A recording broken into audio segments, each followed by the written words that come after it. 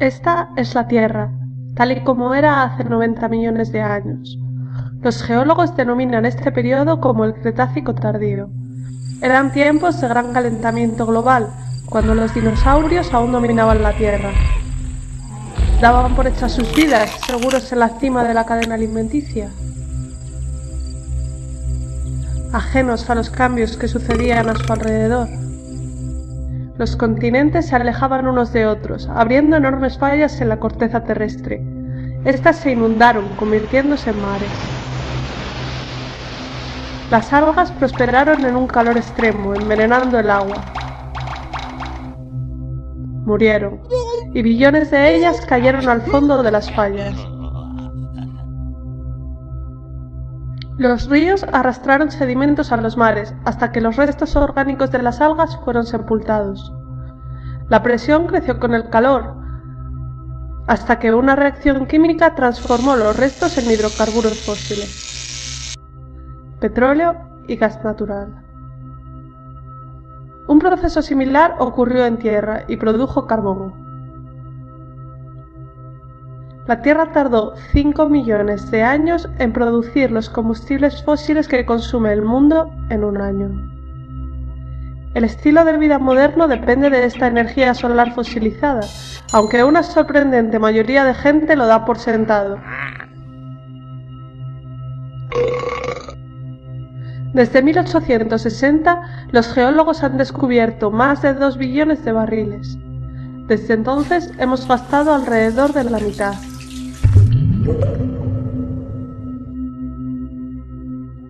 Antes de poder extraer el petróleo hay que descubrirlo. Al principio era fácil de encontrar y extraerlo era barato. El primer gran yacimiento americano fue Spindletop, descubierto en 1900. Muchos más le siguieron. Los geólogos rastrearon los Estados Unidos, encontraron enormes reservas de petróleo, gas natural y carbón. Estados Unidos producía más petróleo que ningún otro país en el mundo, y esto le convirtió en una superpotencia industrial. Una vez que un pozo empieza a producir petróleo, es solo cuestión de tiempo que empiece su declive. Cada pozo tiene una tasa de producción diferente. Cuando se hace la media de varios pozos, la gráfica resultante se muestra como una campana de Gauss. Lo habitual es que pasen 40 años desde que un país alcanza el pico de descubrimientos hasta que alcanza el pico de producción, después del cual entra en declive permanente. En los años 50, el geólogo de la Shell, M. King Hubbert, predijo que el pico de producción de Estados Unidos se daría en 1970, 40 años después del pico de descubrimientos en Estados Unidos. Pocos le creyeron. Sin embargo, en 1970, la producción de petróleo de Estados Unidos llegó al máximo y entró en un declive permanente. Hubbert fue legitimado. A partir de entonces, Estados Unidos dependería cada vez más de las importaciones de crudo, lo que hizo que fuese vulnerable a cortes de suministro, y contribuyó a los estragos de las crisis petroleras de 1973 y 1979. En la década de 1930 se vieron las tasas más altas de descubrimiento. A pesar de la avanzada tecnología, el declive de los nuevos yacimientos norteamericanos ha sido inexorable. Hallazgos más recientes, como el de Anwar en Alaska, en el mejor de los casos proveerían petróleo para 17 meses. Incluso el nuevo yacimiento Yakchiu del Golfo de México solo suministraría unos pocos meses de consumo doméstico. A pesar de ser grandes, ninguno de estos yacimientos está cerca de satisfacer las necesidades energéticas de Estados Unidos. Se acumulan las evidencias de que la producción de petróleo ha llegado a su cenit o está cerca de hacerlo.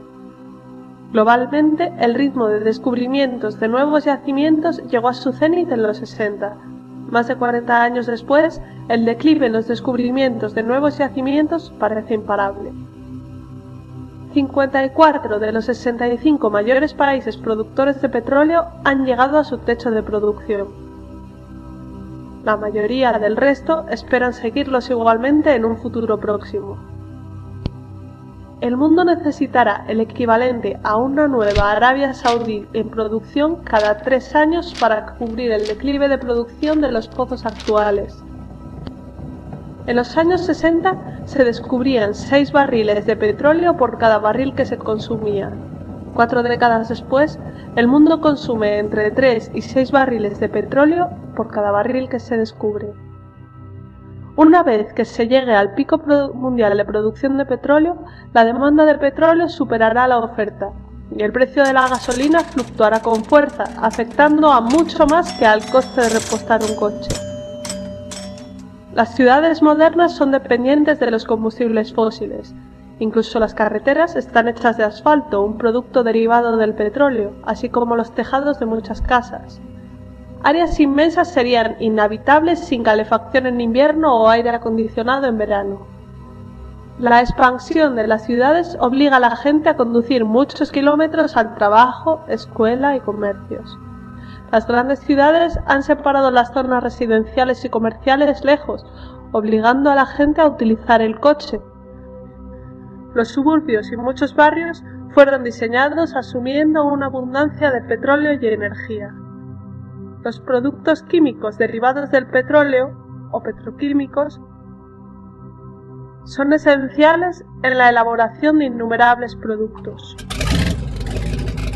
La agricultura moderna depende enormemente de los combustibles fósiles, así como los hospitales, los aviones, la distribución de agua.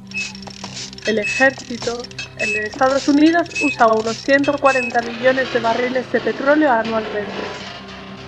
Los combustibles fósiles son también esenciales para la fabricación de plásticos y polímeros, ingredientes clave en ordenadores, dispositivos de ocio y ropa. La economía global depende actualmente de un crecimiento infinito, demandando un creciente suministro de energía barata. Somos tan dependientes del petróleo y otros combustibles fósiles que una pequeña alteración en el suministro puede tener efectos incalculables en todos los aspectos de nuestras vidas.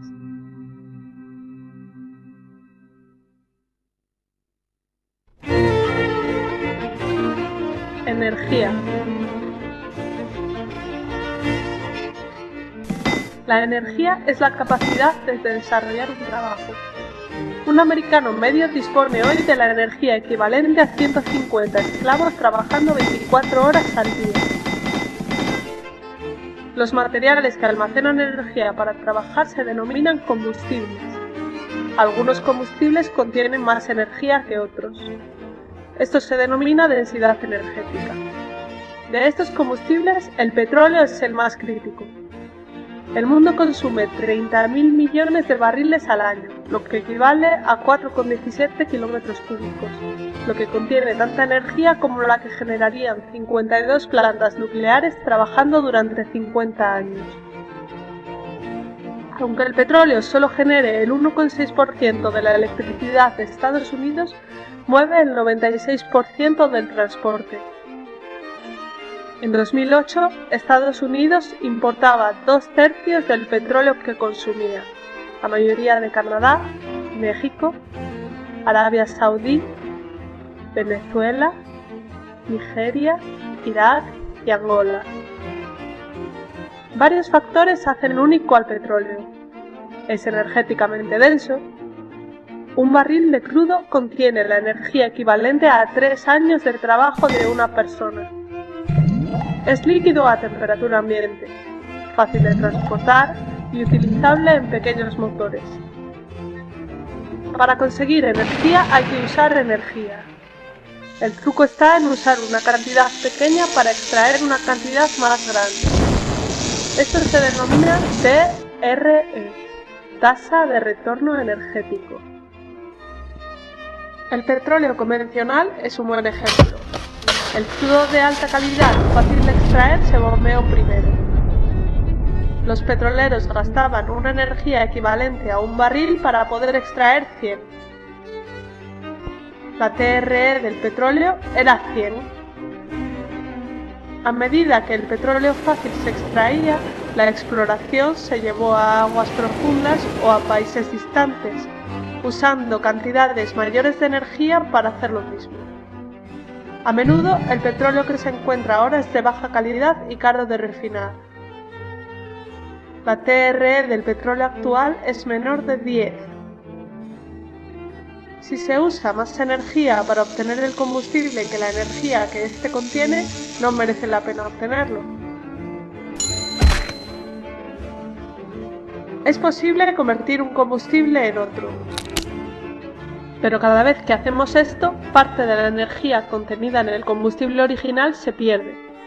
Por ejemplo, está el petróleo no convencional, las arenas bituminosas y el esquisto. Las arenas bituminosas se encuentran principalmente en Canadá y 2/3 del esquisto mundial se encuentran en Estados Unidos. Ambos combustibles pueden convertirse en crudo sintético.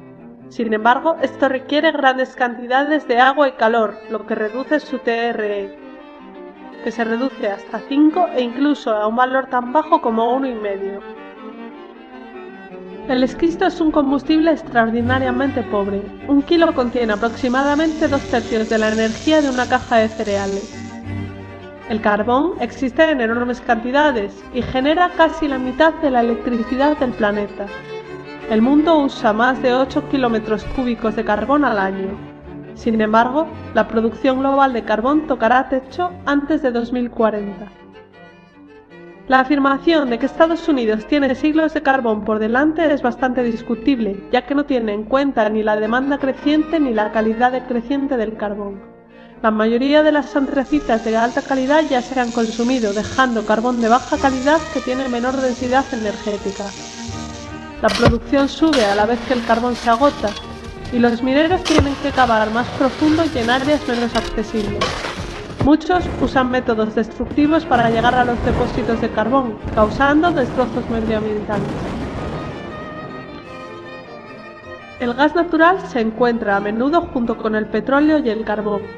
Los hallazgos de gas convencional en Estados Unidos tocaron techo en los años 50 y la producción llegó a su máximo a principios de los 70. Si desplazamos la curva de hallazgos 23 años hacia adelante, el futuro de la producción de gas convencional de Estados Unidos se revela. Avances recientes han permitido la extracción de gas natural no convencional como el gas pizarra, lo que ayudará a compensar la caída en los próximos años. Hay controversia en cuanto al gas no convencional, ya que necesita unos precios altos de energía para ser rentable. Aún con gas no convencional podríamos ver un pico de la producción mundial de gas hacia 2030. Aún existen grandes reservas de uranio fisible, pero para reemplazar los 10 teravatios que se generan en el mundo a partir de combustibles fósiles se necesitarían 10.000 centrales nucleares. A ese ritmo, las reservas conocidas de uranio durarían de 10 a 20 años. Los experimentos con reactores reproductores rápidos basados en plutonio en Francia y Japón han sido fracasos muy caros. La fusión nuclear se enfrenta a obstáculos técnicos enormes. Luego están las renovables. La eólica tiene una TRE alta pero es intermitente. La hidroeléctrica es fiable, pero la mayoría de los ríos en el mundo desarrollado ya tienen presas. Las plantas de energía geotérmica convencionales utilizan los puntos calientes existentes cerca de la superficie de la Tierra. Están limitados a esas áreas. En el sistema experimental SGA se perforarían 2 canalizaciones a 10 kilómetros de profundidad. Se bombea agua hacia abajo por una tubería para que se caliente las fisuras del subsuelo, subiendo por otra, generando electricidad. De acuerdo a un estudio reciente del MIT, esta tecnología podría suministrar un 10% de la electricidad de Estados Unidos en 2050. La energía de las olas está restringida a zonas costeras. La densidad energética de las olas varía de una región a otra. Transportar la energía generada por las olas a zonas interiores del continente sería todo un reto. Además, la sal del medio marino es corrosiva para las turbinas. Los biocombustibles son combustibles que se cultivan. La madera tiene una baja densidad energética y crece lentamente. El mundo utiliza más de 15 kilómetros cúbicos de madera al año. El biodiesel y el etanol se producen a partir de cosechas cultivadas mediante agricultura impulsada por petróleo. El beneficio energético de estos combustibles es muy bajo. Algunos políticos quieren convertir el maíz en etanol. Usar etanol para suplir un 10% del consumo de petróleo previsto para 2020 necesitaría emplear el 3% de la superficie de Estados Unidos. Para suplir un tercio del petróleo se necesitaría la misma superficie que se utiliza hoy para cultivar comida. Para suplir todo el consumo estadounidense de petróleo en 2020 se necesitaría el doble de la tierra que se utiliza para cultivar alimentos. El hidrógeno tiene que ser extraído del gas natural, del carbón o del agua, lo que utiliza más energía que la que obtenemos del hidrógeno. Esto convierte la economía del hidrógeno en algo improbable. Todos los paneles fotovoltaicos del mundo generan la misma electricidad que 2 centrales eléctricas de carbón. Se utiliza el equivalente entre 1 y 4 toneladas de carbón para fabricar un único panel solar. Deberíamos cubrir unos 360.000 kilómetros cuadrados con paneles para suplir la demanda mundial. En 2007 había solo unos 10 kilómetros cuadrados. La energía solar concentrada o solar térmica tiene un gran potencial, pero por ahora solo hay un pequeño número de plantas operativas. Además, están limitadas a climas soleados, necesitando transmitir grandes cantidades de electricidad a través de largas distancias. Todas las alternativas al petróleo dependen de máquinas propulsadas por petróleo o requieren materiales como los plásticos que se producen del petróleo. Al oír futuros anuncios de nuevas y asombrosas fuentes de energía o inventos, deberíamos preguntarnos: ¿tiene el postulante un modelo operativo y comercial del invento? ¿Cuál es su densidad energética? ¿Se puede almacenar y distribuir fácilmente? ¿Es constante o intermitente? ¿Se puede escalar a nivel nacional? ¿Hay problemas ocultos de ingeniería sin resolver? ¿Cuál es su tasa de retorno energético? ¿Cuál es su impacto medioambiental? Considera que las grandes cifras pueden ser engañosas. Por ejemplo, 1.000 millones de barriles de petróleo satisfaría la demanda mundial solo durante 12 días. Una transición desde los combustibles fósiles sería un desafío enorme. En 2007, el 48,5% de la electricidad de Estados Unidos provenía del carbón, el 21,6% del gas natural, un 1,6% del petróleo, 19,4% de la nuclear, 5,8% de las hidroeléctricas y un 2,5% del resto de renovables. ¿Es posible reemplazar un sistema basado en combustibles fósiles con un mix de alternativas? Se requieren grandes avances tecnológicos, así como voluntad política y cooperación, enormes inversiones, consenso internacional, la reconversión de la economía mundial de 45 billones de dólares, incluido el transporte, industrias manufactureras y producción agrícola, así como personal competente para gestionar el cambio. Si se consigue todo esto, ¿podría continuar el modo de vida actual?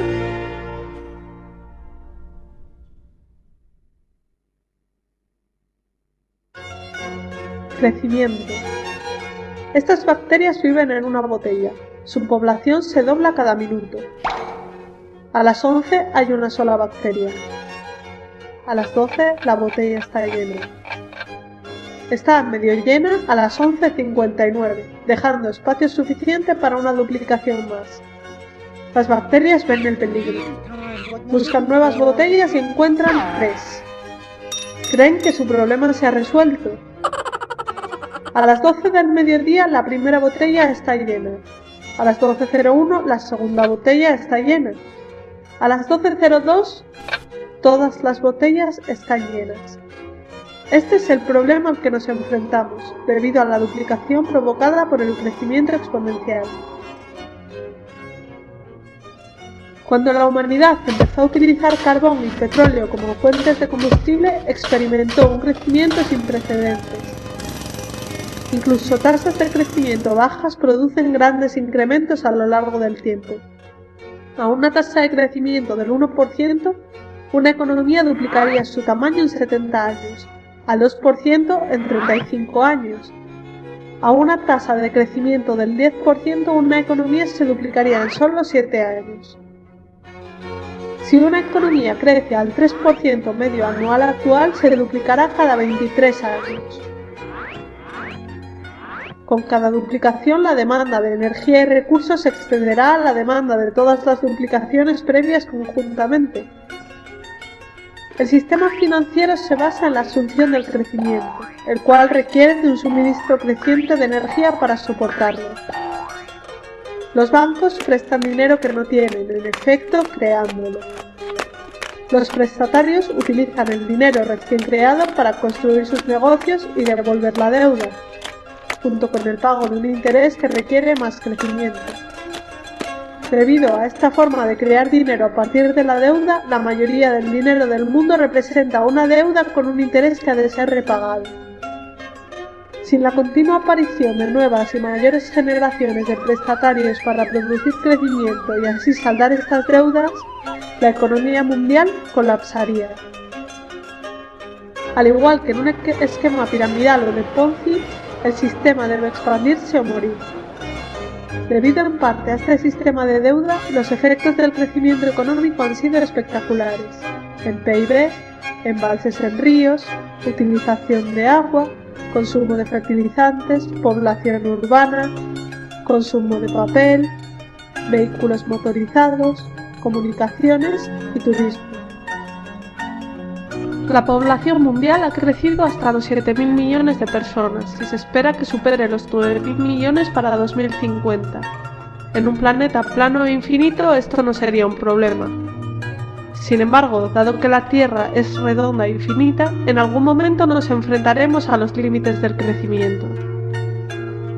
La expansión económica ha dado lugar a incrementos en el óxido nitroso atmosférico y en el metano, reducción de ozono, incremento de las grandes inundaciones, daños a ecosistemas oceánicos, incluyendo escapes de nitrógeno, pérdidas de selvas y bosques, incremento de tierra domesticada,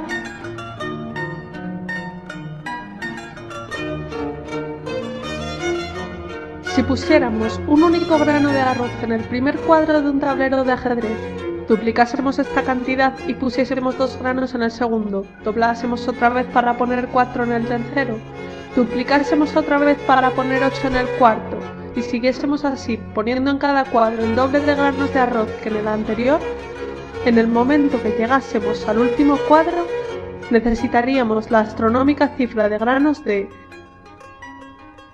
9.223.372 billones, 36.854.776.000 granos, más granos de los que la humanidad ha cultivado en los últimos 10.000 años. Las economías modernas, al igual que los granos del tablero de ajedrez, se duplican cada pocas décadas. ¿En qué cuadro del tablero estamos? Además de la energía, la civilización requiere otros muchos recursos esenciales: agua dulce, suelo fértil, alimentos, bosques y muchos tipos de minerales y metales. El crecimiento está limitado por el recurso esencial con menor disponibilidad. Como en un barril hecho con tablas que llenásemos de agua, el crecimiento no puede ir más allá de lo que permita la tabla más baja, o el recurso esencial más limitado. Los seres humanos aprovechamos el 40% de toda la actividad fotosintética de la Tierra. Aunque sería posible llegar al 80%, es poco probable que lleguemos a utilizar el 160%.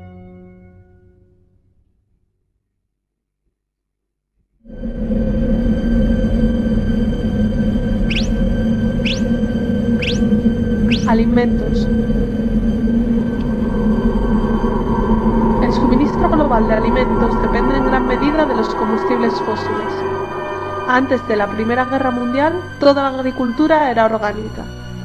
Tras la invención de los fertilizantes y pesticidas derivados de los combustibles fósiles, se produjeron mejoras a gran escala en la producción de alimentos, permitiendo incrementos en la población humana. El uso de fertilizantes artificiales ha alimentado a mucha más gente de lo que hubiera sido posible con agricultura ecológica solamente. Los combustibles fósiles son necesarios para los equipos de producción agrícola, transporte, refrigeración, empaquetado en plástico y cocinado. La agricultura moderna utiliza la tierra para transformar los combustibles fósiles en comida y la comida en personas. Se utilizan alrededor de 7 calorías de energía en combustibles fósiles para producir 1 caloría de comida. En Estados Unidos, la comida viaja aproximadamente 2.400 kilómetros desde la granja hasta el consumidor.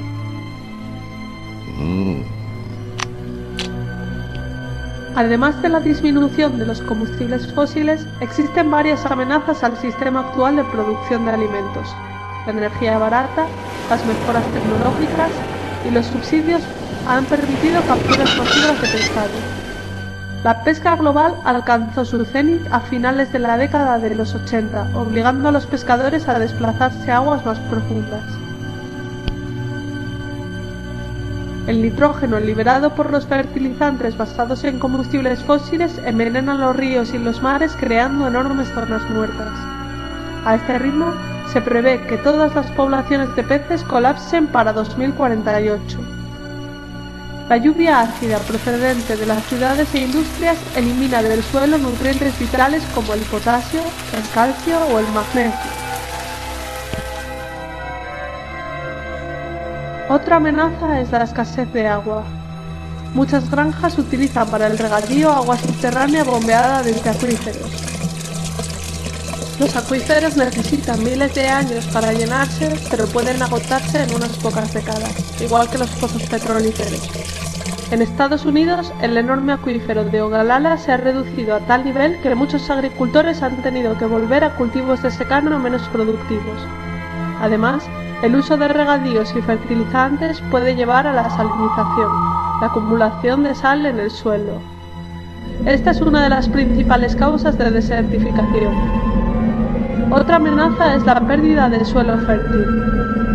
Hace 200 años, la capa de suelo fértil de las praderas en Estados Unidos tenía 1,8 metros de espesor. Hoy, debido al arado y las malas prácticas, se ha perdido aproximadamente la mitad. El riego fomenta el crecimiento de los hongos de la roya como el UG99, que tiene el potencial de destruir el 80% de la cosecha de grano mundial. Según Norman Borlaug, padre de la Revolución Verde, la roya tiene el inmenso potencial de la destrucción humana y social. El uso de biocombustibles significa que habrá menos tierra disponible para la producción de alimentos.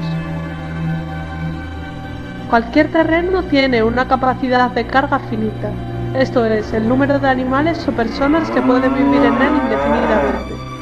Si una especie excede la capacidad de carga del terreno, morirá hasta que la población retroceda hasta sus límites naturales.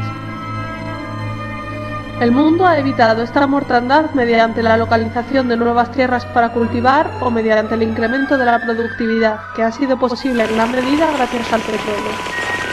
Para continuar con el crecimiento, se necesitan más recursos de lo que la Tierra puede proporcionar, pero no tenemos a nuestra disposición nuevos planetas. Ante estos desafíos, la producción global de alimentos debe duplicarse para 2050 para alimentar a la creciente población mundial. Actualmente 1.000 millones de personas padecen hambre o malnutrición. Será todo un desafío alimentar más de 9.000 millones de personas en los próximos años, cuando la producción de petróleo y gas natural esté en decadencia.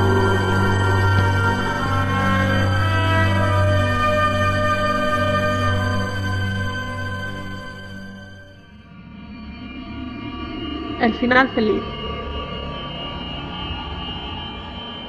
La economía global crece exponencialmente, a un ritmo aproximado de un 3% anual, consumiendo cantidades crecientes de combustibles no renovables, minerales y metales, así como recursos renovables como agua, madera, suelo fértil y pescado, más rápido de lo que pueden reponerse. Incluso a una tasa de crecimiento del 1%, la economía se doblará en 70 años. El problema se agrava por otros factores. La globalización permite a la gente de un continente comprar productos y alimentos producidos en otro continente.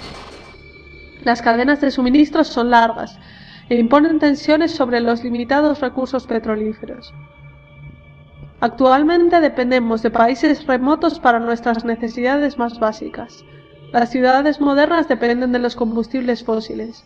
La mayoría de los sistemas bancarios están basados en deuda, obligando a las personas a integrarse en una espiral de créditos o devoluciones, generando crecimiento. ¿Qué puede hacerse para encarar estos problemas? Muchos creen que la crisis puede evitarse mediante la conservación, la tecnología, el crecimiento inteligente, el reciclado, los coches eléctricos e híbridos, la sustitución, o votando. Podemos ahorrar dinero mediante la conservación, pero por sí sola no salvará el planeta. Si algunas personas reducen su consumo de petróleo, la demanda eliminada reducirá el precio permitiendo a los demás comprar más barato. De la misma forma, un motor más eficiente que utilice menos energía conducirá, paradójicamente, a un mayor uso de energía. En el siglo XIX, el economista inglés William Stanley Jevons cayó en la cuenta de que las máquinas de vapor más eficientes convirtieron al carbón en una fuente de energía más rentable, lo que impulsó el uso de más máquinas de vapor, lo que a su vez llevó a un incremento del consumo total de carbón. El incremento del uso consumirá toda la energía o recursos ahorrados mediante conservación.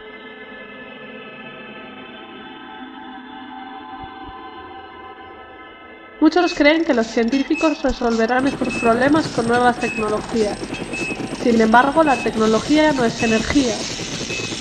La tecnología puede canalizar la energía en trabajo, pero no puede reemplazarla.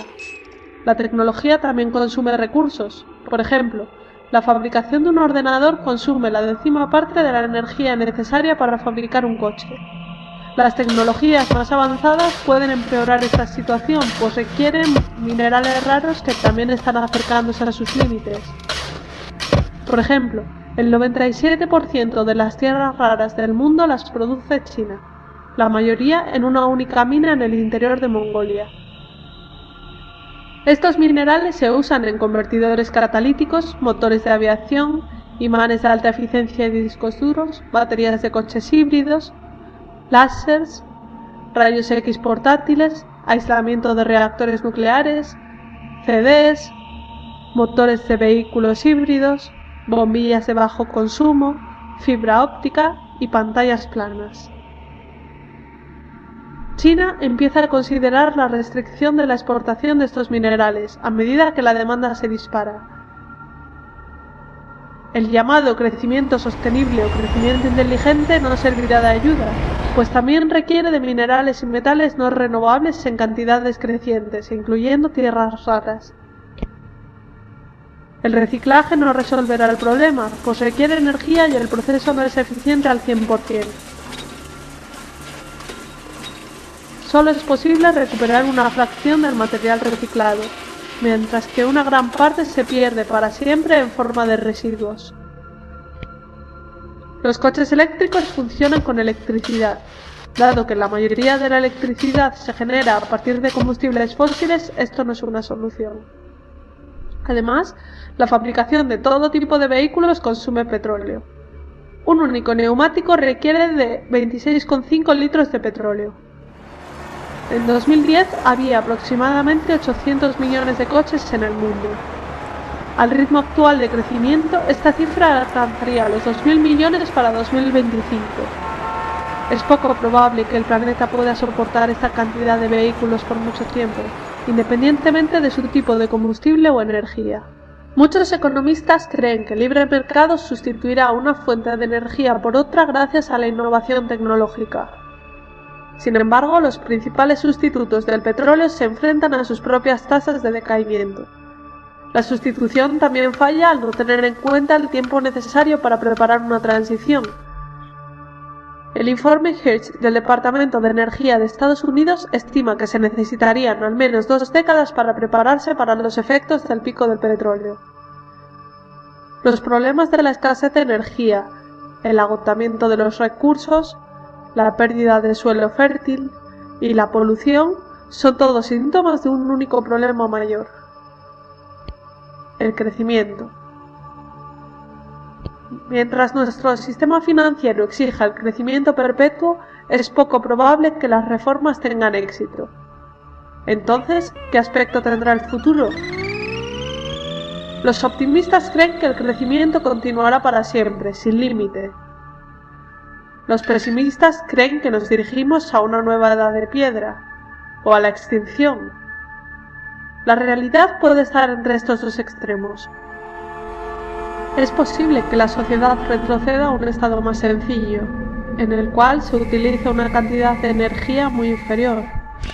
Esto significaría una vida más dura para la mayoría, más trabajo físico, más trabajo agrícola y producción local de bienes, alimentos y servicios. ¿Qué debería hacer una persona para prepararse de cara a este posible futuro? Contar con un descenso en el suministro de productos y alimentos desde lugares remotos.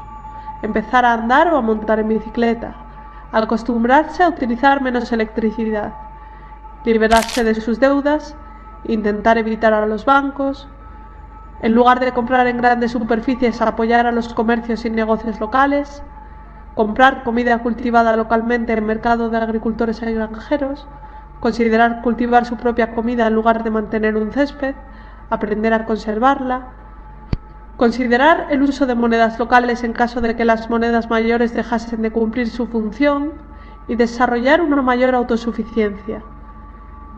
Ninguno de estos pasos evitará el colapso, pero podrían mejorar las posibilidades en un futuro de baja energía, uno en el que tendremos que ser más autosuficientes, tal y como nuestros ancestros lo fueron una vez.